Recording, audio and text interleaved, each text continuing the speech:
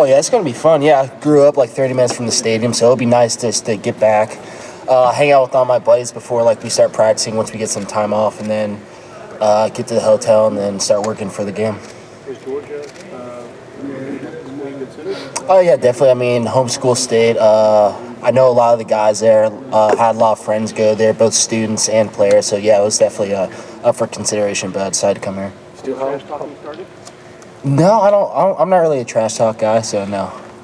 Still, how much have you had to turn down anybody with tickets yet? Oh, it's been a war. It's been an absolute war getting tickets. I mean, it's usually a frenzy, but now this is the first time I've really had to put myself out there, try to get some myself, and it's hard. It's hard work. So you kind of empathize with fans now trying to get tickets too? I do. It's a struggle. I mean, like, I don't know how they deal with it. Like, I'm going around trying to find tickets for all my family and stuff, and it's a pain in the ass. Yeah. Steele, when you just look back at the Michigan game, what do you think it is that maybe didn't work for your defense that had worked to that point? I think all the mistakes we made were on us. I think it's all stuff that we can definitely fix. I mean, some missed assignments here and there, but I mean, I think that just comes with just being responsible for your job and what you're doing. I think that starts at very little stuff, like just showing up at the right time, like to practice and stuff, just doing all the little things right. I think that's what really pays off dividends, like at the end. Is there anything like leading into that game that you think maybe led to not playing at your best there? I couldn't tell you on that one. I don't know. We just need to play better. What was Coach Knowles' kind of mood or main message to you guys? Because, he shouldered a lot of blame immediately after the game, and, obviously that he coaches the linebackers and stuff. I mean, that's what leaders do. They harness all the blame, and that's definitely what Coach Knowles did. I mean, I respect him for that a lot. But, I mean, as a player, I feel like it was mostly on us. I feel like he came in with a good scheme, and if we played it the way we should, then we would have been fine. What's it like for you to look at this kind of new lease on the season, a second season, knowing where you were walking off the field against Michigan? It's awesome. I mean, just like walking around between end of that game and then the selection show, just walking around, there's just like a complete change in everyone's attitudes. I mean, we tried to stay positive and stuff.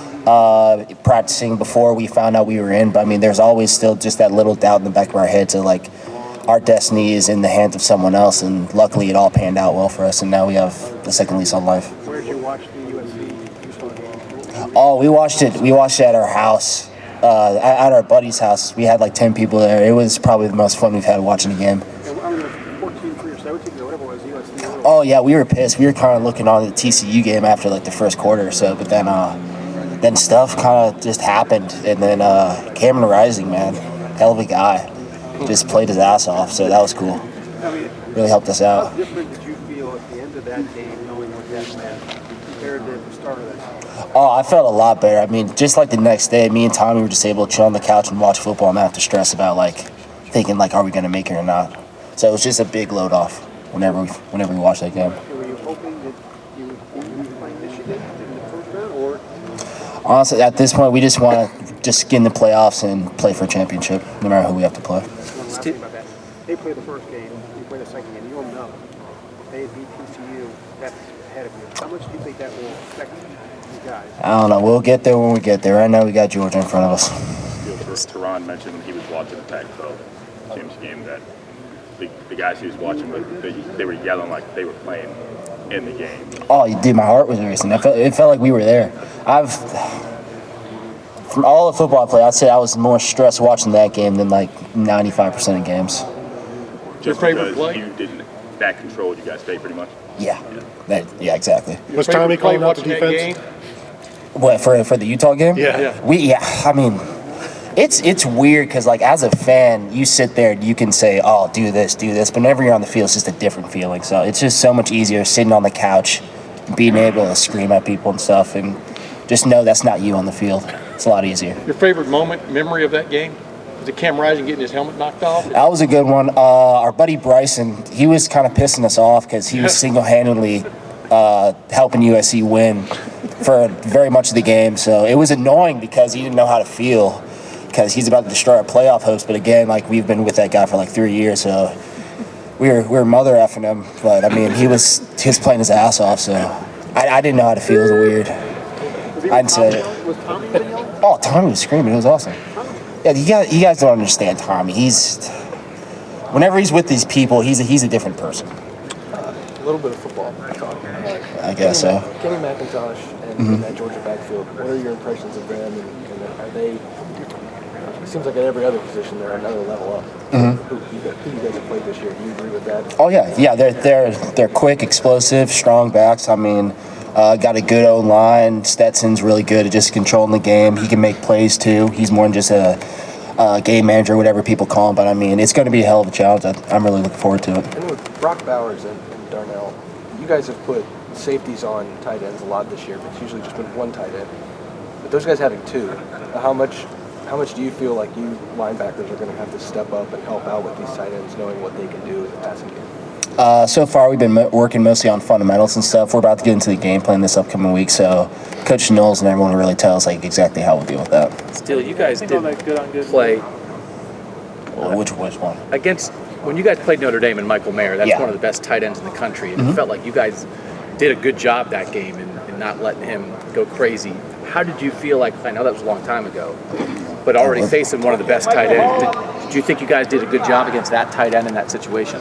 Yeah, I think that's just playing whatever scheme the mastermind comes up with up top in the box. So, I mean, whatever he concocts this upcoming week or whatever, whenever we play, then I think if we just play to it, then we'll be fine. How do you think all the good on good helped you before getting into the game plan? It sounds like you guys done a lot of that. Oh, it's nice because, I mean, you're facing one of the best offenses in the country every single week.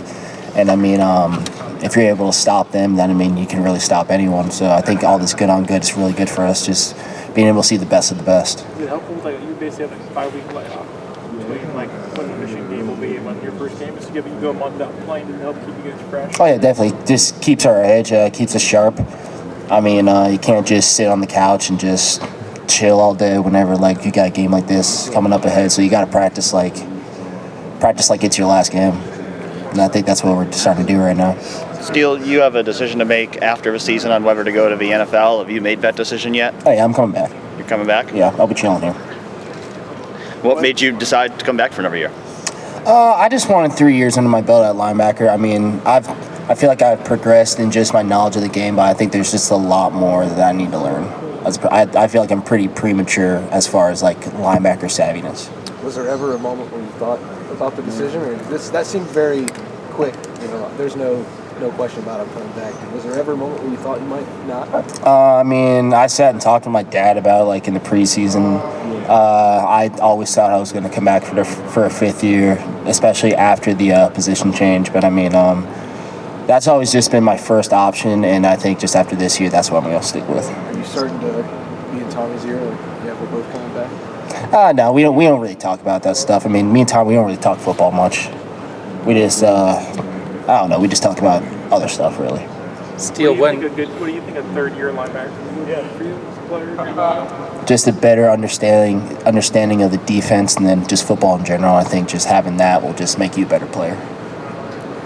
Steele, whether you're angry about a loss as a player, or maybe you guys feel like you have a second life here, a second opportunity, can that make a football player or a football team like play better on the field?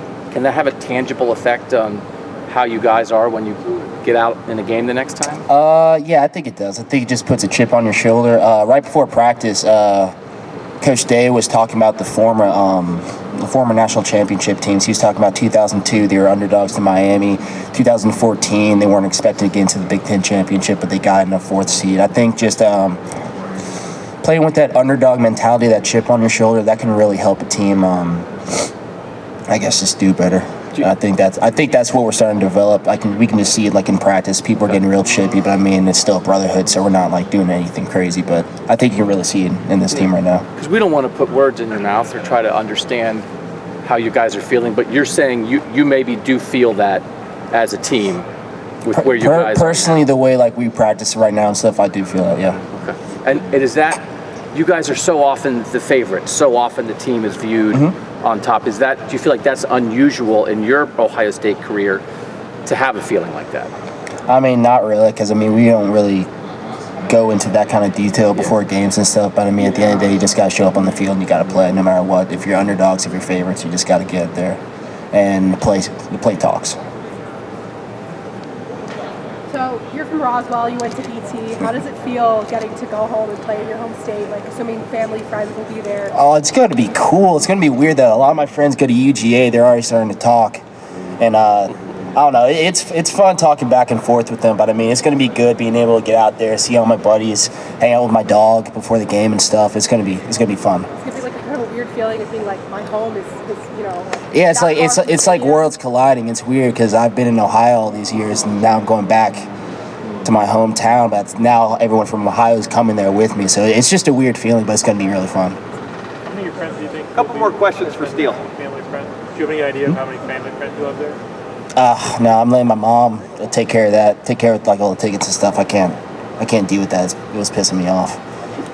Steele, what have you thought of what the Georgia football program has become the past couple of years growing up there? Obviously, they've always been great, but winning the national championship, they've obviously taken a step up the last couple of years. I mean, in college, my bad. I mean, in high school, they always pissed me off because we had a lot of Georgia fans at my high school, and like they'd always be barking and stuff, like just walking up the halls whenever they did anything good, like that Saturday. But I mean, they really have created a great culture. It's a really great program, and you can just see it the way they've developed over the past 4 or 5 years, really since Kirby's gotten there. They've just made themselves into like one of the top programs in the nation. And I mean, a lot of respect to them because I mean, they've been able to play that way year in, year out. Last year won championship. Right now they're back in the mix. So it's really just a credit to them. What's your dog's name? Maverick. Maverick the Husky. Yes, sir. Don't get any questions about him, but it's okay. Steele, thank you very much. Yep, no problem. Steele, I need you to go with Matt right there for just a couple minutes as well. Got it.